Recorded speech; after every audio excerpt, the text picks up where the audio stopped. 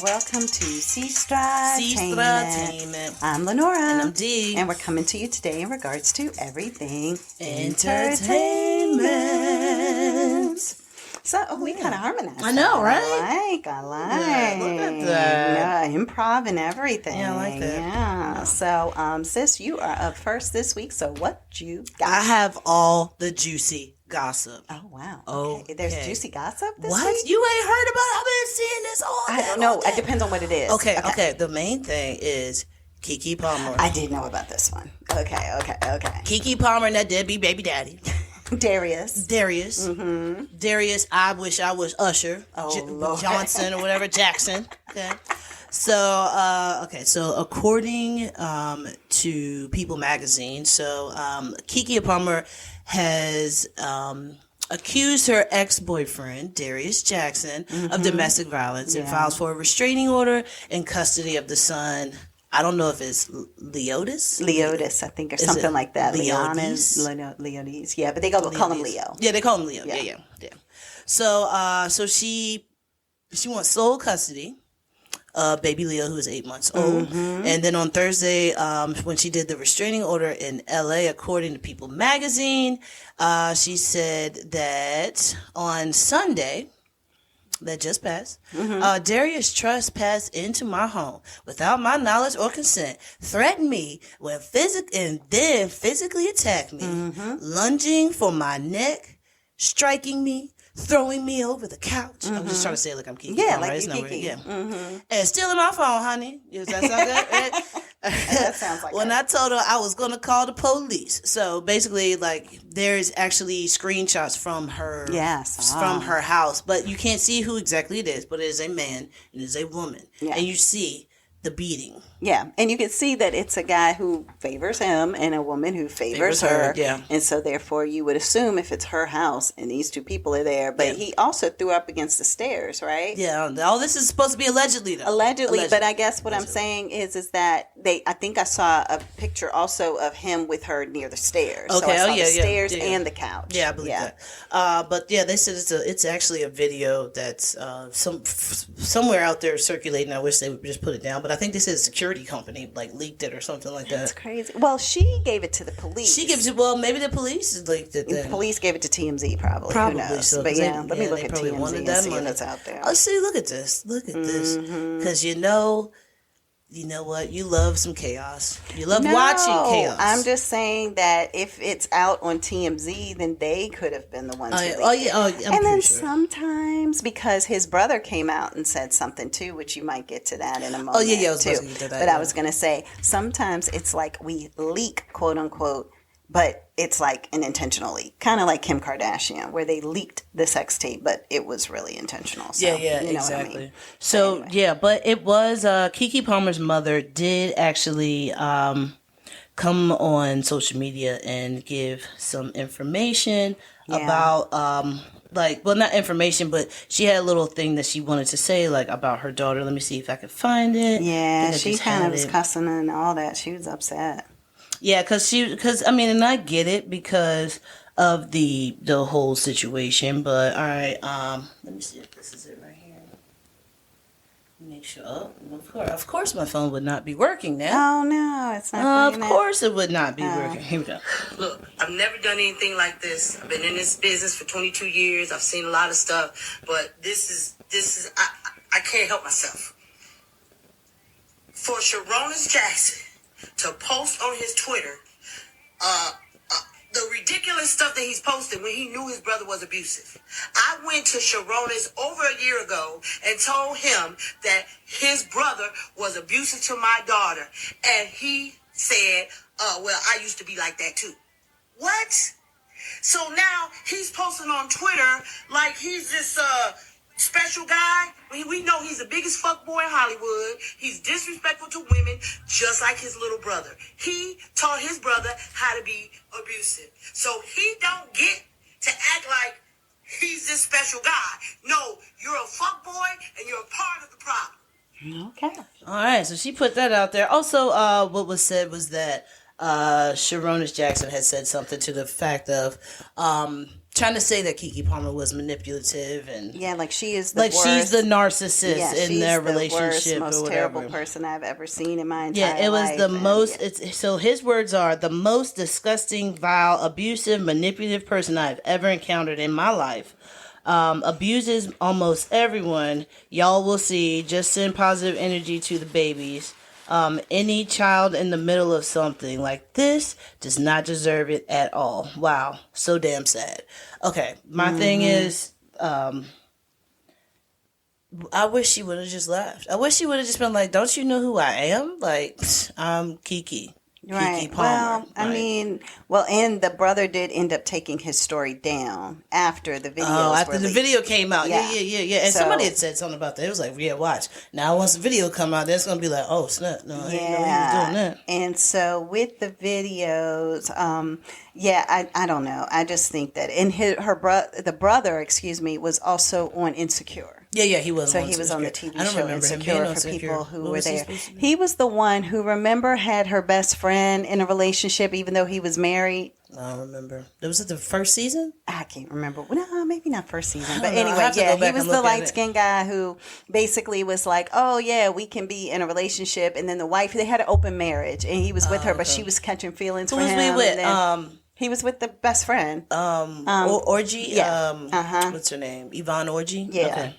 I think I kind of remember. Yeah, so that's... But no, that was what happened with that. So hopefully, I say that, sending positive vibes to them. Yeah. Hopefully, they can get everything alleviated. And if he is the one that put hands on her, I hope he gets what he deserves. Yeah, because it looks like he put hands on her on Sunday, like you said. Oh, yeah. And the video has it where they blurred out some things, so you can tell that the woman in the video, whoever it may be, which it looks like it's KeKe, that she must have not been like fully dressed when he came in. Like it probably was in the morning or something. He just walked in. Because he just walked in. Oh, yeah, it says 6:35 a.m. Yeah. So they're blurting out, like, because she probably just had a T-shirt on or something. Exactly. So they're blurting out the bottom half of the woman because of the fact that all these things are kind of going on. Yeah, so, but you can definitely see it. It is on TMZ, not the video, but it's on there, and they have the pictures, and then they have a story as well. Now I will tell you that supposedly, what was said was that this has been going on he's been beating on her for like 2 years now. Yeah. And you look at somebody like KeKe Palmer, and this just goes to show you never know what somebody is going through. But people would look at somebody like KeKe and be like, oh, she got that attitude. She going to be putting a guy in place and in check. Yeah, and but whatever. I just wish she used her resources. Yeah, but you just don't know, again, what somebody is going through, and if they are because it probably was a slow manipulation. Oh, absolutely. You know what I mean? I feel like all manipulations are always slow. It was one of those things where it's like, but we're together. We're trying to keep this family together. We now have a child together. It's going to look so terrible that I made this bad decision. I'm a Hollywood figure. I could potentially be seen as a role model by some people. So what's done inside our home isn't necessarily seen outside of our home. So people think that it looks one way when it's not really that is a reality. Yeah. And people just justify things, unfortunately, in their minds sometimes. That's true. That is very true. Yeah. But and it's like what, use her resources. And some people will make you feel like it's your fault. So they'll make you feel like you pushed me to do this. Yeah. But the amount of people that she knows in Hollywood, she could have just been like, yo, come get this man. He just put his hands on me. Well, and I'm pretty sure them now. I know, but I mean, when it first happened, I'm pretty sure like all of Hollywood would have pulled up. It's KeKe Palmer. Yeah. We all watched her grow up. Right. Exactly. So that's what I was saying with that. So another thing that I wanted to talk about. Yes, ma'am. Is the Jezzy Nia Long interview. I have no idea about this. What? I don't know anything about this. So, Jezzy that just left. Jezzy the snowman. Whatchamacallit? What's her name? Yeah. Jenny Mai. Yeah. Okay. Got it. Mm-hmm. So Jezzy and Nia Long had an interview. Nia Long was the person who was interviewing him. On what? For what? It was on YouTube. So he has an album coming out, and he's explaining why is she interviewing? Does she have a podcast? Can I get it out? Oh, sorry. Day. You're okay, like, wait, wow, but it's her. Like, okay. wow. Okay. So, okay. I'll be quiet. So, he has an album coming out, and they have both been going through some things in the similar, where you have your relationship that is broadcast throughout the world, and you are, and all of this. Now there's like the divorce, you get the kids and stuff like that. So they are basically conjoined together. So he is pretty much a big figure when it comes to hip hop, and she is a big figure when it comes to black actresses. Okay. So they did the interview. The interview was very deep. I teared up a couple of times. I had to cut it off, walk around the building, and then cut it back on. Oh, wow. Yeah, Okay. it was very deep. In the interview, he talks about childhood molestation, his relationship with his mother. His mother pulled a gun out on him before. Oh, wow. Yes. His relationship, he remembers a story about, he tells a story about when he was little. I think he was over at somebody's house, and the parents were arguing, and he was like, all right, I'll be back. And then he says he remembers that the man came into the room and was fumbling through the closet. And he looks at the other boys and was like, we got to hide. Mm-hmm. And then he hears gunshots. Pop, pop, pop, pop, pop. Yeah, the guy had actually shot the lady. Didn't kill her, but he did shoot her. And so he was like, and he said from that moment on, when he was just a child, he realized, this is just going to be my life. This is going to be my life. So yeah, so he talks about that. Yeah, his relationship with his mother was horrible. Talks about his relationships just in general with people, with his marriage and stuff like that. He talks about going to therapy and how he wanted to do this because he wanted more black men to understand that therapy does not mean that you're weak. Yeah, therapy means that you are super strong and you're getting on that right path to be like the strongest you can ever be. And then he said he talks about like his childhood, a lot about his childhood. And like how he got into rap. He talks about going to prison, going to jail, how he stayed in jail because he ended up getting arrested with some other people. I think it was I can't remember how many people he said it was, but his record label was like, all right, we about to bail you out. He was like, nah, I'm not getting bailed out until everybody gets bailed out. Oh, wow. We came in together, we leaving together. Okay. You know, so he was like that. He talks about how money kind of like, he's always had money, but the more money you have, the more people you have around you that trying to get into you. The more problems. Problems. Exactly. And then he does go into the divorce, but him going into the divorce was literally like 2 seconds. It was just like, we get a divorce, and I want to talk badly about anybody. Hold on, let me see. Yeah, because it's his child's mom, so therefore he's like, I'm not going to say anything negative. And he did say that they went to therapy together, couples therapy, and he said even through therapy they couldn't work it out. Oh wow! So okay. But he said, integrity intact, I could never say anything that would not honor somebody. But I can tell you that this has not been an easy journey. And I could tell you that I'm saddened, and I could tell you that I'm disappointed, and I could tell you that I'm uneasy. Oh, so that's how he feels about his divorce. And that's like deep. What do you think you're going to hear a man say that ever? Yeah. I mean, that's like into your emotions, yes, which a lot of people don't go that deep. See, that's a grown man. Yeah. You know what I'm saying? Like, he's just like, this is what I've been going through. So the way that he just talks about it and stuff like that just makes it opens it up so much that I was like, I sent it to a bunch of people. Oh, good. Okay. Yeah, I sent it to a bunch of people. I didn't want to send it to you because I was going to talk about it today. Yeah, got it. Yeah. Because then you'd be like, I want to talk about this too. But like, no, I got it. It's mine. Okay. It's mine. I don't steal your stuff. But no, that's what I did have about that. So if you want to see the Jezzy Nia Long interview, it is on YouTube. And then you can follow pretty much any entertainment thing about KeKe Palmer and her baby daddy, because that's what we're calling him now, as of until we find out if he didn't do it, then I'll start calling him Darius. Yeah, until then he baby daddy. He's KeKe's baby daddy. It could be much worse. I could say many more worse things. Yeah, worse, terrible. But we're gonna keep KeKe's it at abuser, baby but daddy. We'll keep it at baby daddy. Now, allegedly for everything else. Okay, gotcha. So that's what I have. Right. So what do you have, ma'am? So I have on the tickety talk. Not the tickety talk. So I actually came across this story of a teacher named Sonia White. And so for Hispanic Heritage Month, what she did is took all the students in her school to Mexico. But oh yeah, I saw that. Yeah, she didn't really take them, but she pretended to take them to Mexico. And they were so cute. It was the cutest. How old were these kids? Like 6, 5, 6? Yeah, they were like in first grade or something like that. And so I'll play a quick video of her just talking about some of the things that she did. 1 second. We're going to the passport office. We are. We're headed to the passport office. Come along with first grade to Mexico. Here we're taking passport pictures. I'm going to laminate some boarding passes, and I'm going to laminate our sombreros and make them our placemats. Are you excited? Where are we going today? Mexico.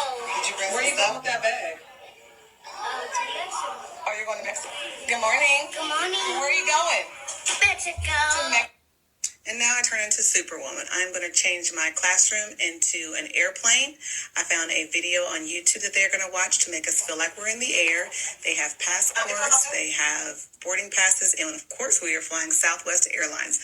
I'm going to give each young adult their passport and their airline ticket because no mommies are allowed to go.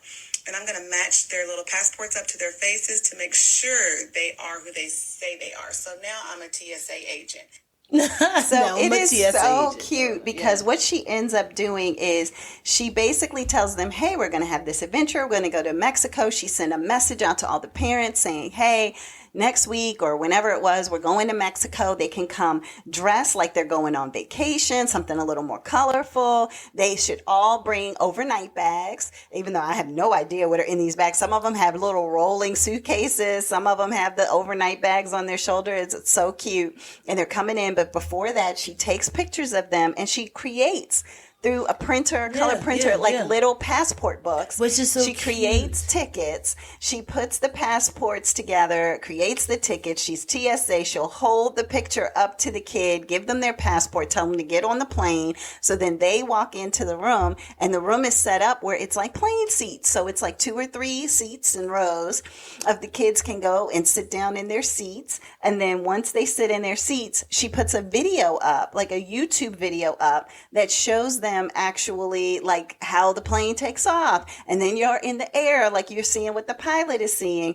And she even does everything to the point of closing the official door because it's time for the plane to take off. They do the plane ride, they take off, they land, but while they're in the air, she goes and meets with them. So now she's a stewardess.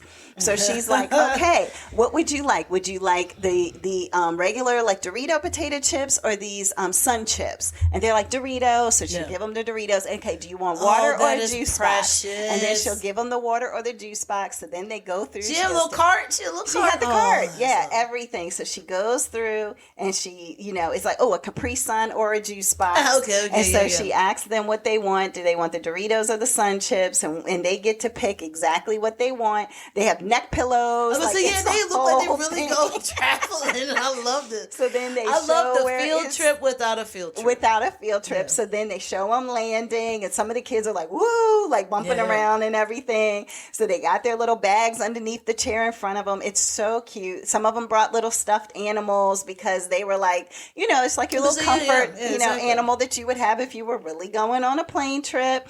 Then what they do is after the plane lands, she goes through, now they have to go through customs. So then she becomes a customs agent. So she goes through and she take your belt off. No, not that. Not TSA, customs. So she goes through and she actually stamps their passport to say that they've landed in Mexico. So she gives them little stickers that are like, oh, you've landed, you're official, all of that. And she gives them money. So she gives them money. So that way, because she said now it's payday, because she's been also teaching them math and how to work with money. That is so good. Then she says, okay, in a different part of the room or the school, I can't remember, there is a shop, like a souvenir shop. Okay. And so you can go and use your money now that you're on vacation to buy souvenirs or toys or whatever, and you have to do the math. So if it's $4.99, and then you got something else so she'll say, so what's the math of that? So they're learning as they're doing that as well, which is really cute. So they could go through and they could get funny little glasses. They could get things to wear around their neck.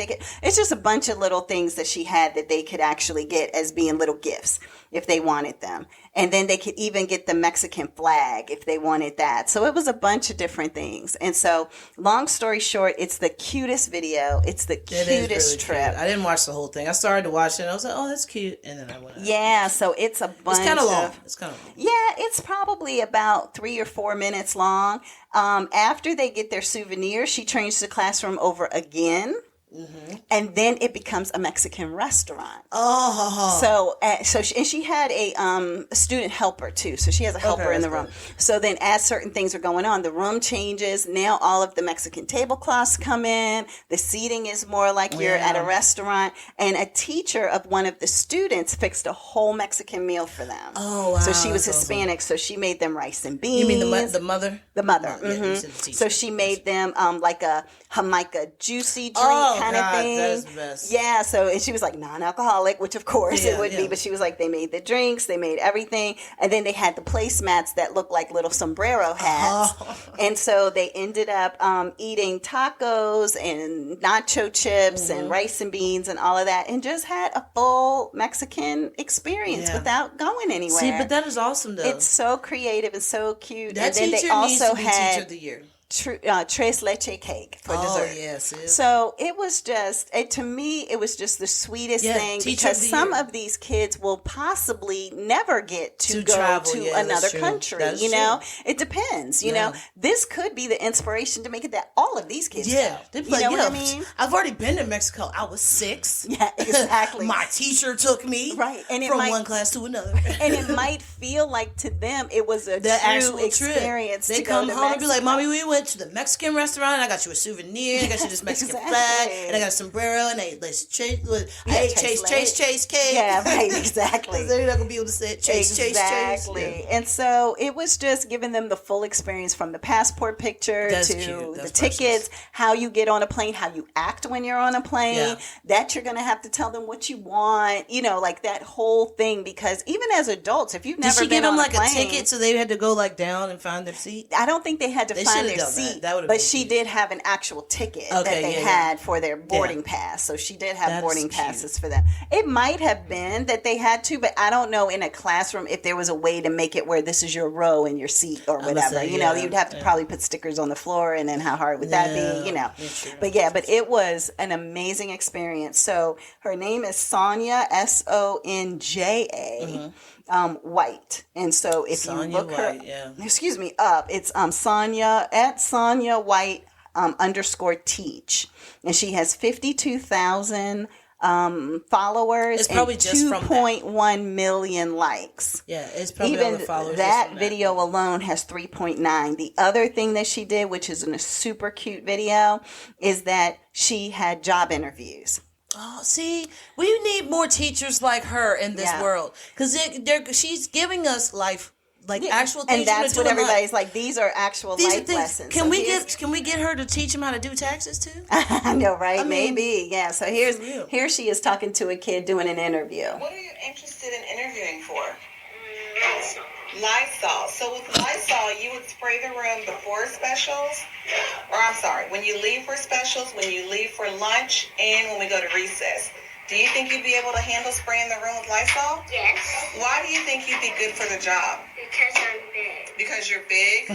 So she's writing notes, like an actual interview form. If I give you this job, do you promise to do your very best? Yes. Yes. Do you really want this job? Yes. Okay. So, did you dress up for your interview today? Mm-hmm. You look beautiful. Thank you. Are they really dressed up? Yeah, she sent a note home to parents to say, look, here's the long list of different tasks. So they had 20 students in the room, and so she had 20 different tasks that the kids could do. So it was things like, you're going to push all the chairs under the desk. You're going to be the front of the train. You're going to be the caboose. You're going to be the Lysol person to spray everything down. You're going to cut the lights on. Exactly. Exactly. Close the door. You're going to be responsible for making sure that everybody is really good. Like this kid here is funny. For the job. I'm respectful. You're respectful? Very good. And responsible? Nice word. I help others. And you help others. He's so cute. Now this other kid, he came over. Oh, wow. And You look nice. He had a vest. But he had a button up on it. Button up, white shirt, going to the church. whole, like everything. This one was hilarious. Here's the next one. What does the caboose do? The caboose means that someone's out of line. Someone is out of line. So what would you say? Caboose. Caboose. And so that's a big job. You'd have to watch all 20 people, all 20 friends. All 20 people? He was like, wait, hold up. That was not in the job description.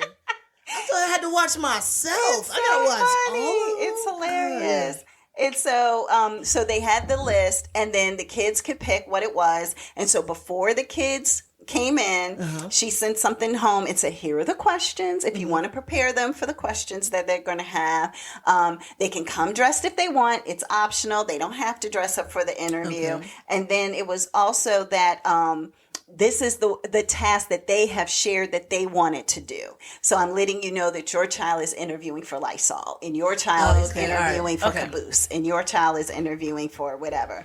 And so I just thought, again, these are all absolutely life skills that these kids can use and know, like, oh yeah, I've had an interview already before. Yeah. Like, yeah, first my teacher interview. interviewed. Yeah.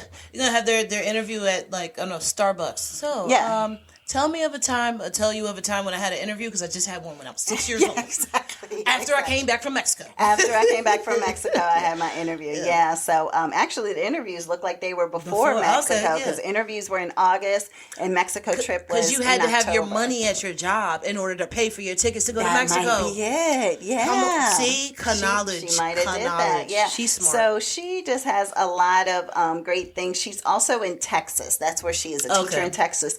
And there's a big mom thing going on in Texas. So if anybody is listening to this in Texas, you probably know what those are. But I'll show you mums, MUMs. So these are where, if you've ever seen girls wear like a sash that has a big, huge looking flowery thing on it, and then they have a lot of tassel-y things that hang down from it. It is not a thing anywhere else that I'm aware of other than Texas. And so it is one of those things that they actually have mum stores down there. So she is like a mum creator as well. So like one girl was going to be in the homecoming. Yeah, and so they do it for homecoming. They sometimes do it, I think, for proms. They do it for a little bit of anything, really, it seems like. So it's like, oh, I'm a cheerleader. I need a new mom. I'm getting ready to graduate. I need a mom that has a graduation cap and gown on it or something like that. So well, everything is bigger in Texas, and that sash is definitely bigger. And that's what they said. They said sashes. How heavy is that thing? I don't know, but they said that this one was $140 for her to put together. No, thank you. You have stickers that you put down the ribbon of it, and then you can even tie on or staple or whatever, hot glue. Yes, stuff, and it'll have tassels. It'll look like it's garland. It'll look like ribbons. You can have beads or pearls or whatever, and so boas, like all of that. And so she is somebody who puts all those things together as well. So it is big. I'll just put it that way. And it probably weighs as much as some of these girls, for the most part, when you look at when it starts. That's what I'm saying. I saw coming together. Like, fast forwarded so I could see it, and I'm like, this huge. Yeah, it's and huge. Look how big it is hanging on that hanger. Hanging on the hanger. It goes from shoulder to shoulder. That's her whole head. That's her whole body. Yep. And then this girl will have that attached to a sash. And then and then you can decide if you want it all the way to the ground, if you want it cut shorter. So that's a newer thing for me. I didn't know. Heard of that. And literally, they have a mum store. So all the things. If you want a bear on your mum, you can get a bear. You can get my team mascot. I think one of them was a longhorn she was putting together. You could get that longhorn on your mum. So just Google Texas mums. And if you have never seen it, MUMS, you will see what a mum is, because most of the country, looking at her comments, most people were like, what? Okay, what is to that? me, I don't know anything about that. A mum is, there was a woman who had her daughter who was in those little pageants. And her daughter didn't make it. So you know what she did? My baby's running for homecoming, and I'm going to make her something, and her mom's going to make it right. So she's got a mom. So she got a mom, because her mom's going to make it right.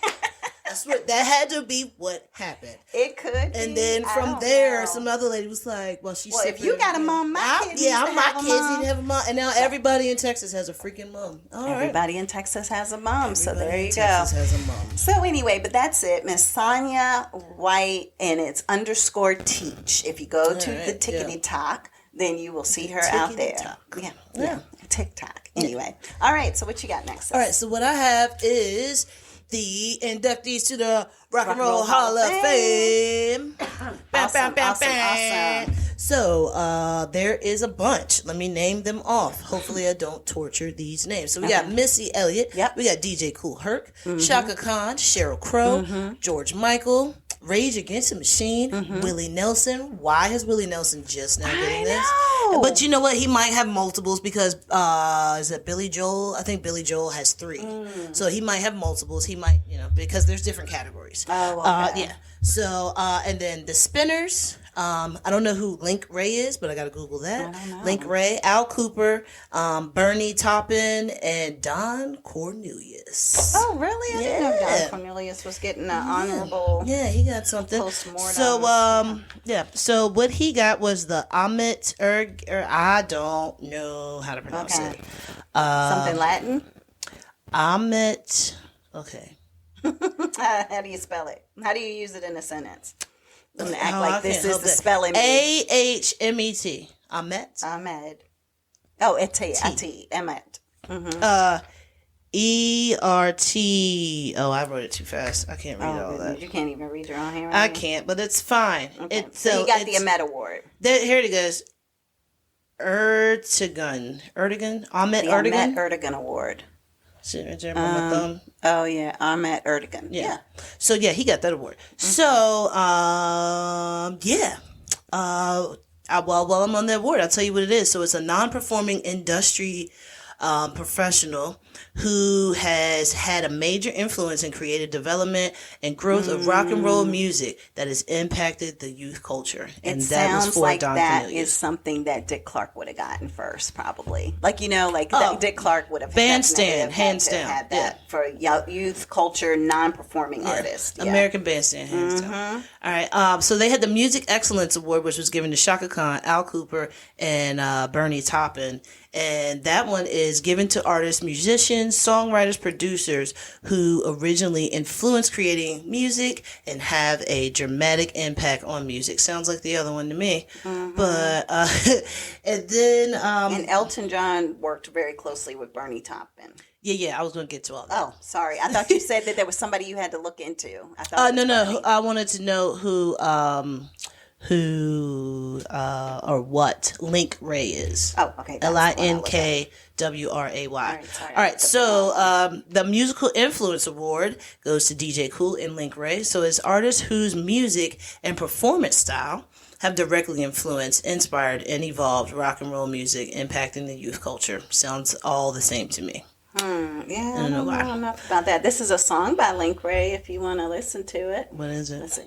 Ray.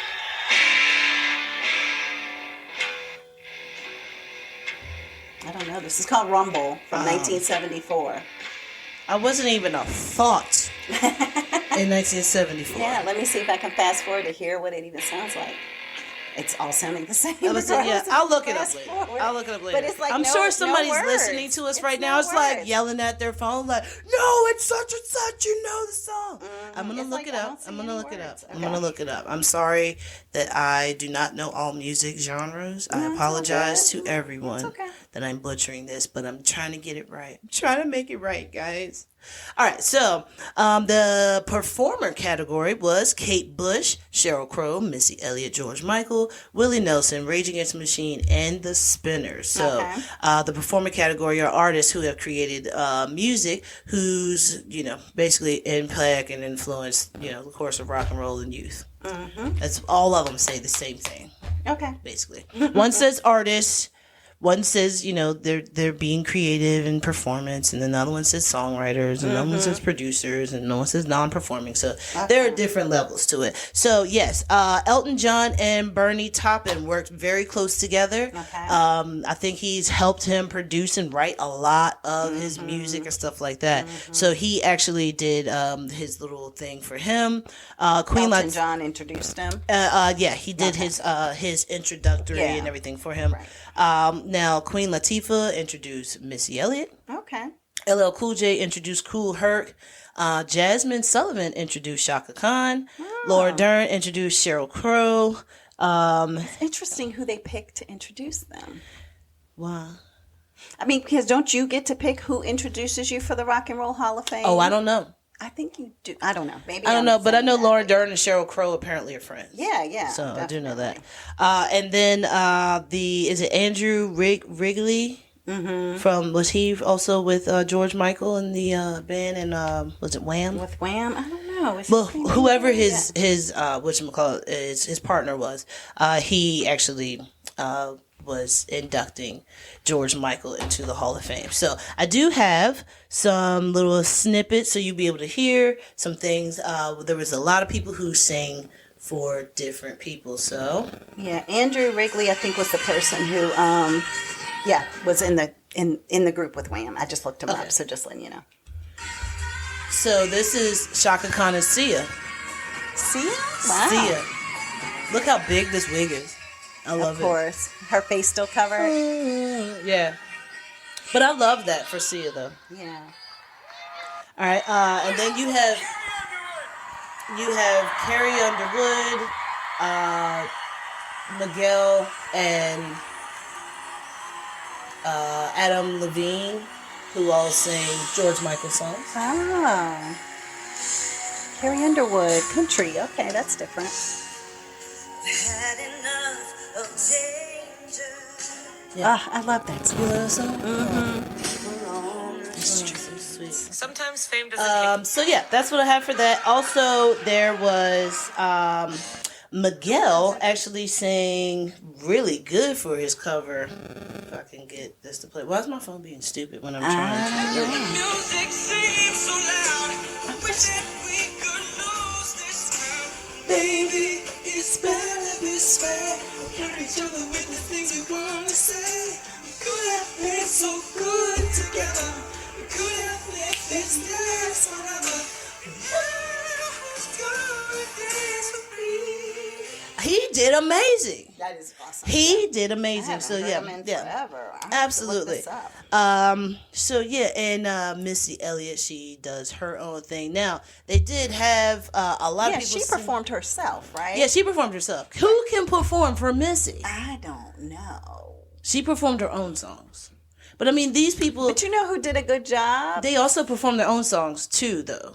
Funny enough, Sheryl Crow did her own song. Okay, Willie so Nelson. she did Everybody did their own. So nobody songs, else sung in a tribute to her. She just did her own set. And Yeah. Because George Michael has passed away. No, so I mean I knew that, but why. I was thinking Willie Nelson and Sheryl Crow and Shaka and stuff like that. Yeah. So yeah, but yeah, they had people sing with them. Oh, okay. Yeah, Gotcha. With them. Yeah. Not for. Okay, got it. And so Willie Nelson had Chris Stapleton singing with him. Got a little soundbite of that. Flowing from my mind, and a warm and empty heart left so cold. I don't know this song. I don't know. Whiskey River, take my mind. Whiskey River, take my mind. Don't let her memory go away. Yeah, all right. Okay. So, but he had a bunch of people that ended up singing with him. So, yeah, like I said, Missy Elliott did sing for herself. Dave Matthews actually did for Sheryl Crow. Yeah. I think he introduced Sheryl Crow, which was kind of cool. No, wait. No, he sung with her. No, he sung with Sheryl Crow, but he introduced somebody too. Wow. Okay. I can't remember who he introduced, but I mean, I think that it was really awesome. They put, like I said, they got Missy on there, Shaka Khan. I'm surprised that these names have not already been in the Rock and Roll Hall of Fame, especially when you have Kool Herc, Shaka Khan, George Michael, Willie Nelson, the Spinners. I mean, and then they had, so with the Spinners, they actually had they had New Edition sing for them. I don't know how long. I did see that, yeah. They were dancing and doing all that.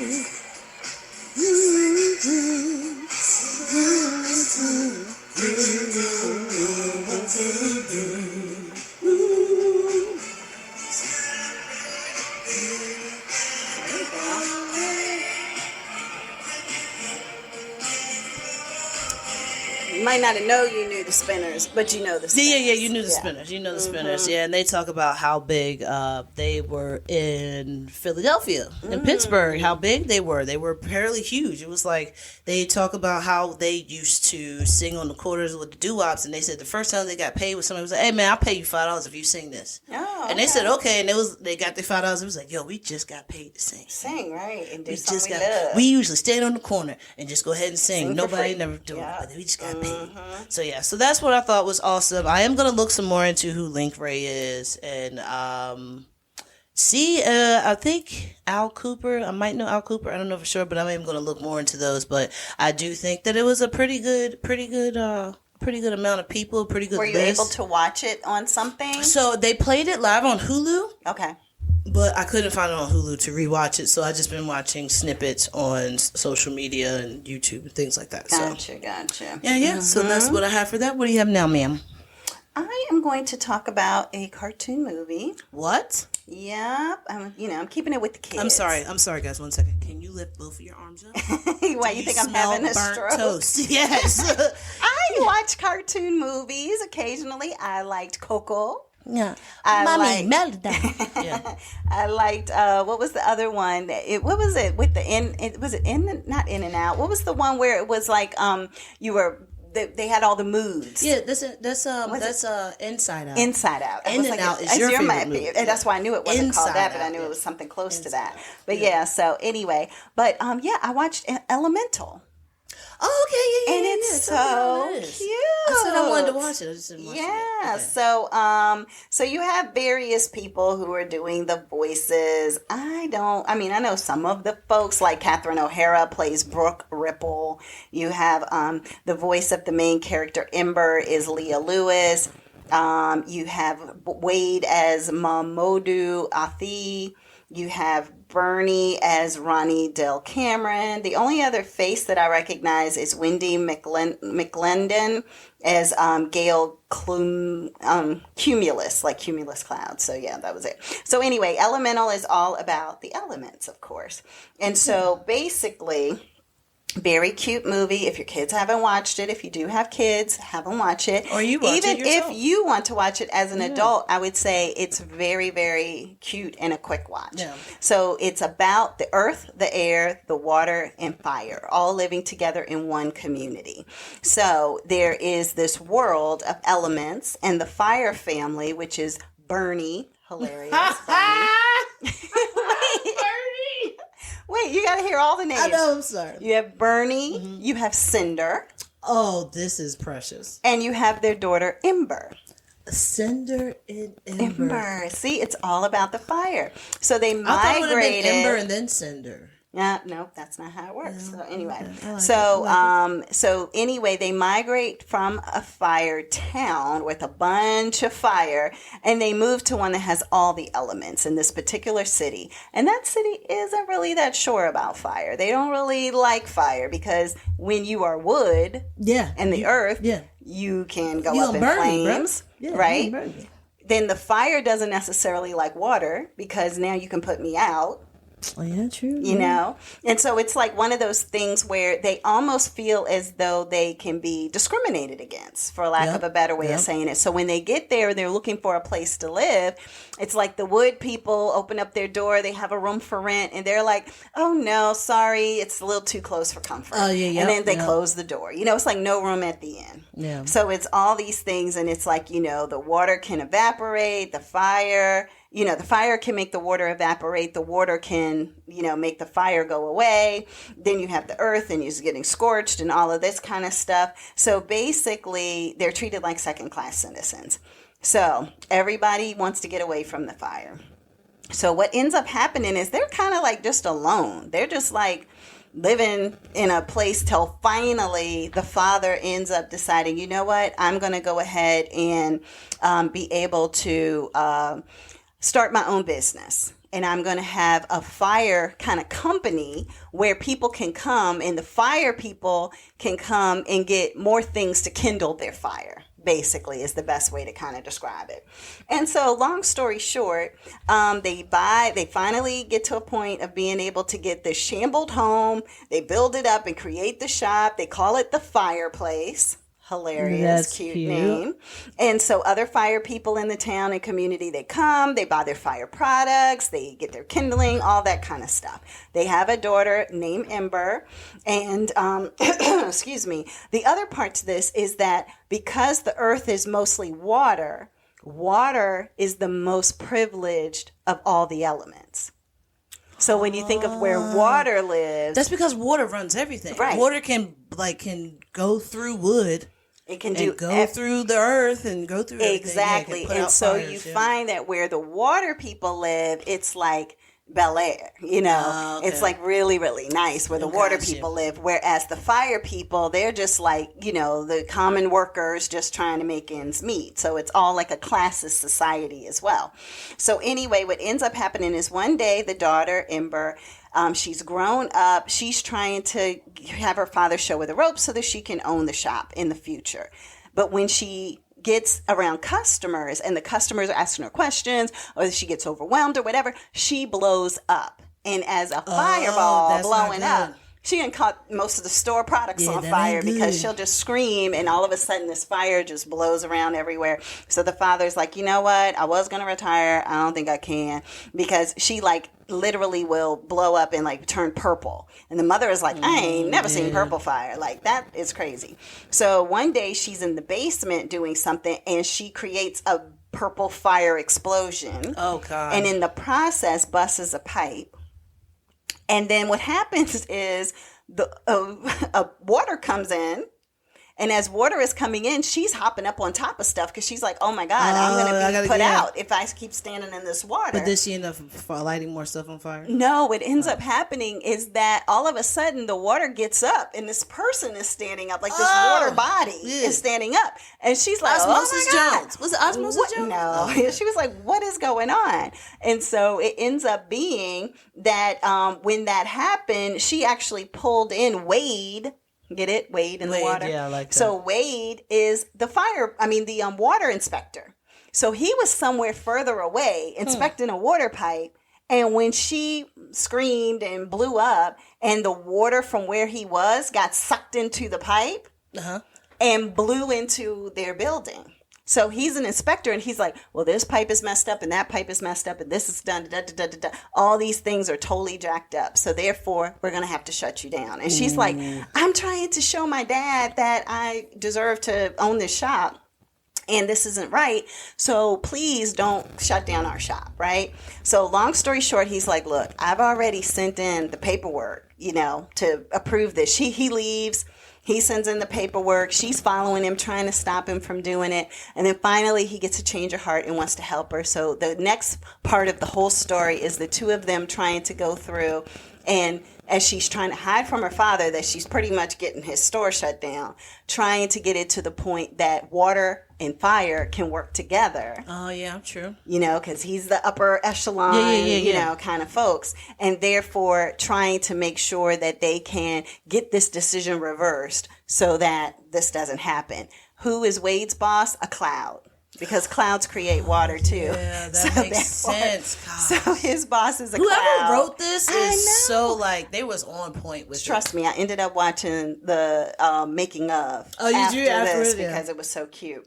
So anyway, they have to go to a cloud, and then the cloud is like, I don't know about this. Like, I'm going to need some more information or proof. And then there was this dam of water that was getting ready to explode. And she was like, if y'all can take care of that dam of water, water, then maybe I'll go ahead and do this for you. So there's all these different elements. So it's the water and the fire working together.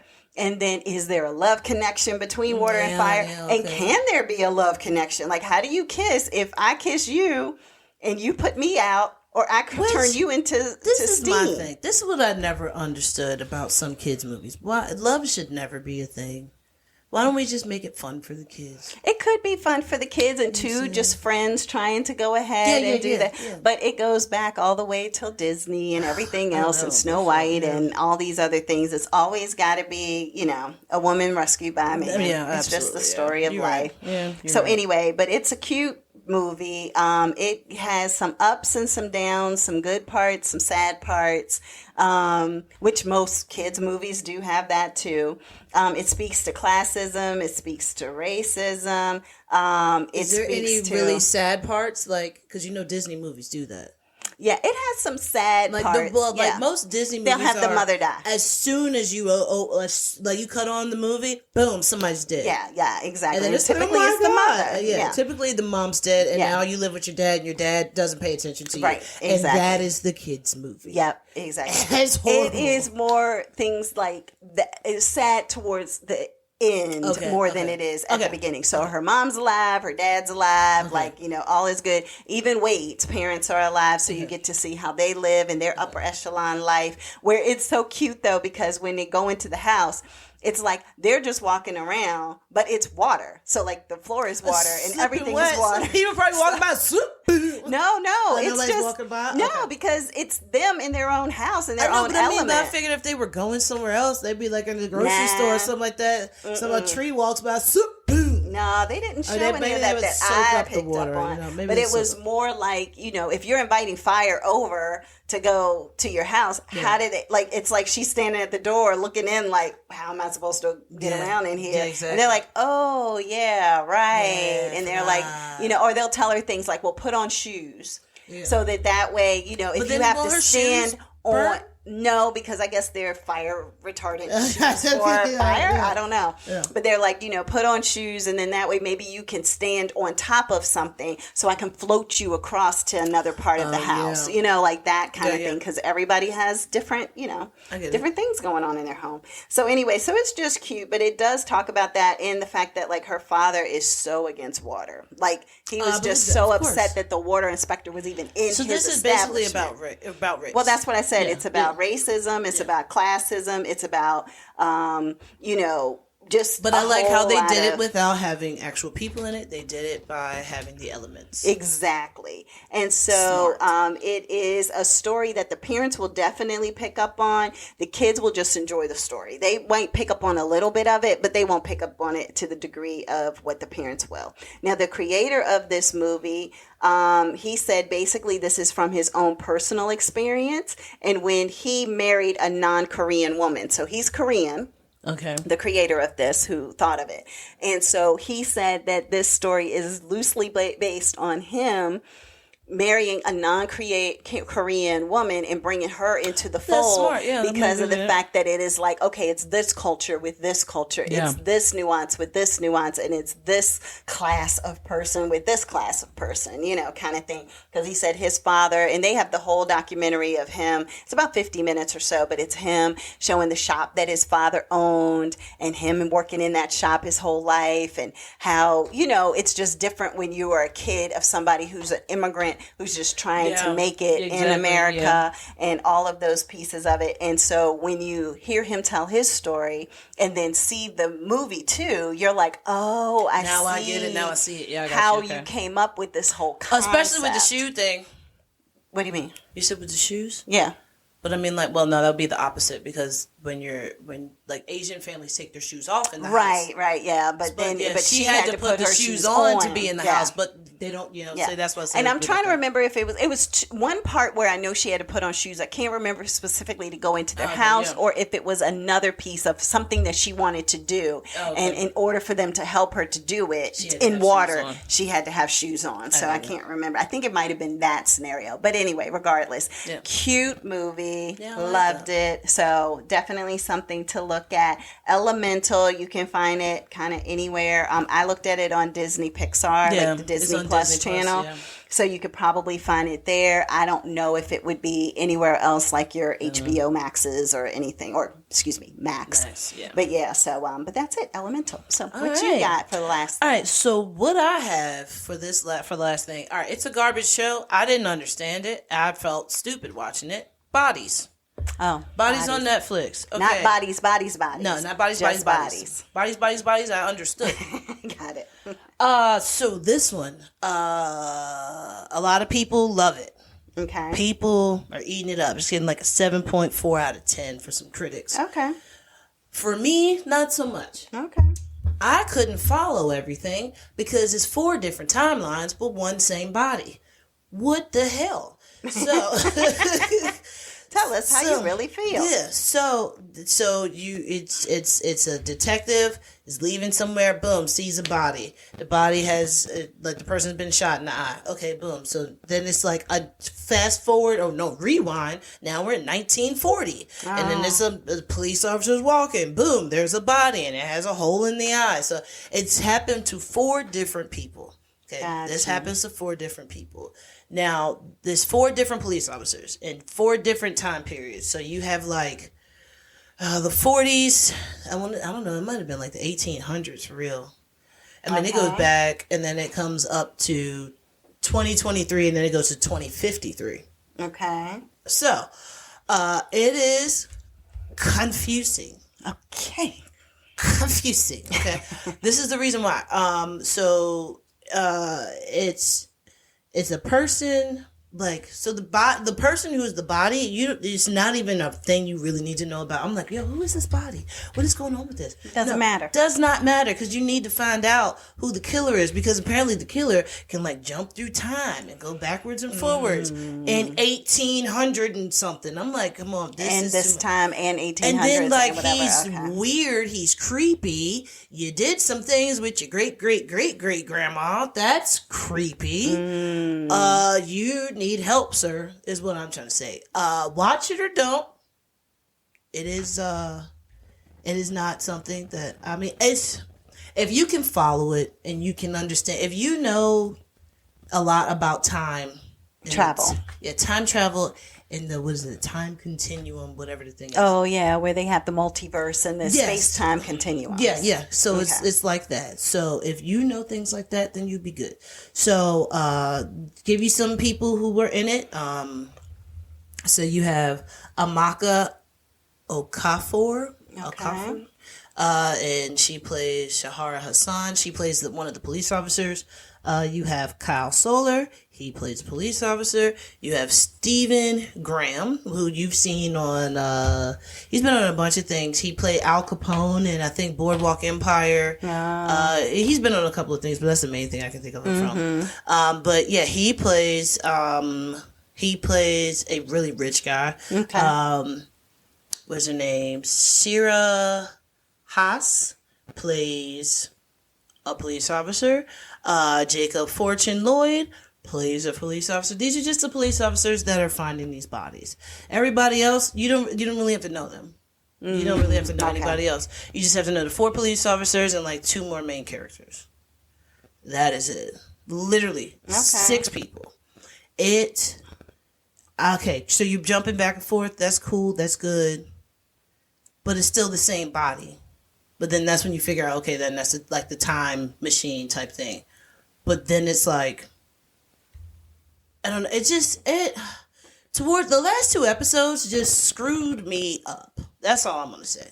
Okay. I couldn't follow. I was like, wait, what did you say? So you had to do this to do that in order to do this to do that? Nah, but I couldn't follow it. Okay. Is that one of the ones where it would be beneficial to watch something on YouTube that does explain it? I mean, after you watch it, yeah, maybe that's what I should do. I should watch something on just YouTube. to help to put I mean, the pieces together. I get it, but I don't understand why. Right, but maybe they can explain that. Because, some people get that kind of deep underlying Easter egg level. And maybe the directors, may have said something about what was going on in with a press conference or something like that. I don't know. Expose. But it's up to y'all if you want to watch it. It's called Bodies. It's on Netflix. I don't really think that you should watch it. I mean, Or but, no. well, it is good, but it's just out there. Yeah. I can't explain it. And a lot of people like that. Like, I like good and out there. Yeah. I feel like Gam Gam would like it. Okay.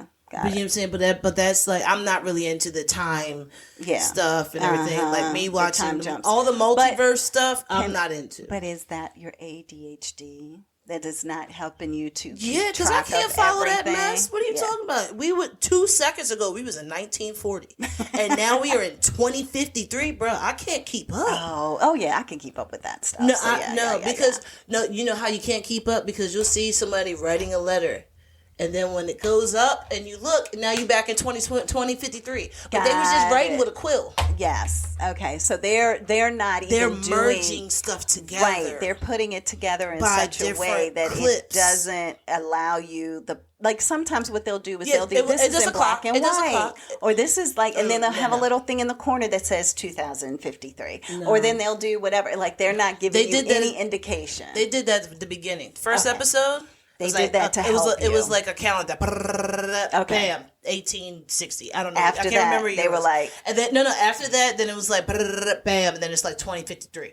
And then you go, so it kept doing it back and forth. But then the next episode, I couldn't remember which one was which. I just remember which police officer was which body. It was only 2 time periods. It wasn't like 3 or 4. 4 time periods. 4 time periods. Got 4 time periods. Gotcha. So with those 4 time periods, you have 4 different people. Bodies. 4 different people, one body. Same body. Same body, same place. Same alley. So the same person looked exactly the same. The body looked exactly the same. So this person died in multiple universes as well. Apparently supposedly. So. It's a lot. Yeah. My brain hurt afterwards. Okay. Well, still kind of hurts right now. You know, you have actually intrigued me. Well, please so go where watch you're it. saying don't watch it, I'm like, it sounds like it could be a very, different kind of show. You know what? You might like it because it might end up being like Jesus married Joseph and the wee baby. What's his name? The law. Order of the Law. Order of it Law. Was Line of Duty. Line of Duty. Yeah. I feel like it might be like that, but you might have to take some little bit of notes. Yeah, because people did take notes with Line of Duty. I didn't need to do that. But I think it's more of those kind of shows where you have to go ahead and, just keep track of it because things just bounce around. I'm trying to think of what is like that. You know, another show that was like that was The Affair. The Affair was very much like, you see it this way, now you see it that way, now you see it this perspective, and now you see that perspective. So, and you don't know what you're looking at. Yeah, it's just weird because I thought one guy died, but he didn't. He was there. And I'm like, how? If you were in a time machine and you died, how can you come back later on in the future? Because you died. But maybe it's the layers on top of each other. That's not even a time machine. I don't know that mess. I'll investigate. You watch it and you explain it next week. Then. Let's do that. I don't know about that, but all right, everybody. Well, that's this week's episode of Sestra-Tainment. Hopefully, everybody has a great week, and we'll see you next time. Bye.